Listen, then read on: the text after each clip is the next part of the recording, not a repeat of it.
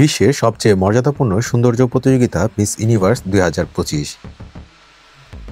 121 দেশের প্রতিযোগীরা যখন মুকুটের লড়াইয়ে নামছেন, সেখানেই বাংলাদেশের হয়ে আলো ছড়িয়ে দিচ্ছেন তানজিয়া জামান মিথিলা।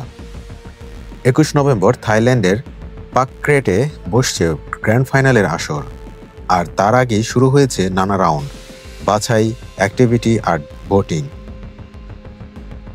এই মঞ্চে নিজের দেশকে সেরাভাবে তুলে ধরতে মিথিলা যেটা পড়েছেন তা দেখে চোখ আটকে গেছে সারা বিশ্বের।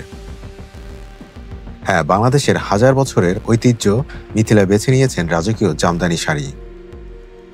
এটা শুধু একটি পোশাক নয়, এটা আমাদের সংস্কৃতির সবচেয়ে মূল্যবান শিল্প। প্রতিটি সুতায় আছে 120 দিনের শ্রম, নৈপুণ্য, শিল্পকলা আর চিরন্তন কমনীয়তা। নিজের পোস্টে মিথিলা লিখেছেন, মিস ইউনিভার্সের জাতীয় পোশাক সাজানো হয়েছে রাজকীয় জামদানিতে।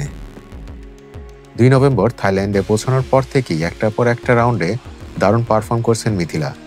শুধু সৌন্দর্য নয়, সংস্কৃতি, আত্মবিশ্বাস, উপস্থাপনা, সব দিক থেকেই তিনি দিচ্ছেন নিজের সেরা। বাংলাদেশ প্রথমবারের মতো কি ইতিহাস গড়তে যাচ্ছে? মুকুট কি এবার আসবে আমাদের দেশে? আপনারা কি মনে করেন মুকুট জেতার সম্ভাবনা কেমন মিথিলার? কমেন্টে লিখে জানিয়ে দিন আর ভিডিওটি শেয়ার করুন